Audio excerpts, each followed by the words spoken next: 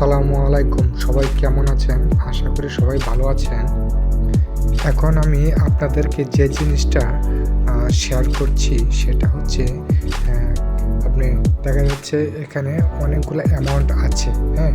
এখান থেকে আপনাকে বলা হলো যে ৫০ এর উপরে যেগুলা অ্যামাউন্ট আছে সেগুলা আপনি আলাদা করেন। তো সেটা আপনি কিভাবে করবেন তা আমি এখন আপনাদেরকে একটি শর্টকাট নিয়মে দেখাবো।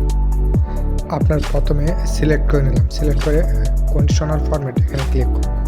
ক্লিক করার পর তারপর সেল রোজ ক্লিক করবেন, তারপর গ্রেটার দ্যানে ক্লিক করবেন।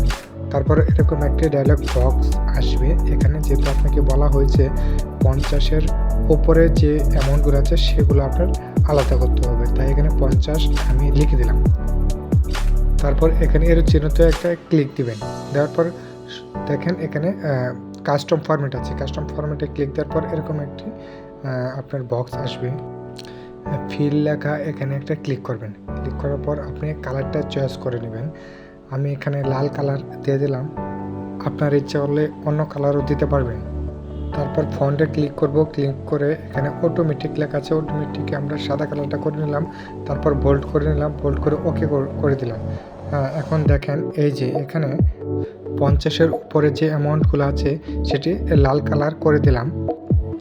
এখন সম্পূর্ণভাবে বোঝা যাচ্ছে যে এখানে ৫০ এর উপরে যেগুলো অ্যামাউন্ট আছে সেগুলো আলাদা হয়ে গেছে। হ্যাঁ, এখন সহজেই বোঝা যাচ্ছে। এভাবে আমরা এই কাজটি এত সহজে করতে পারি।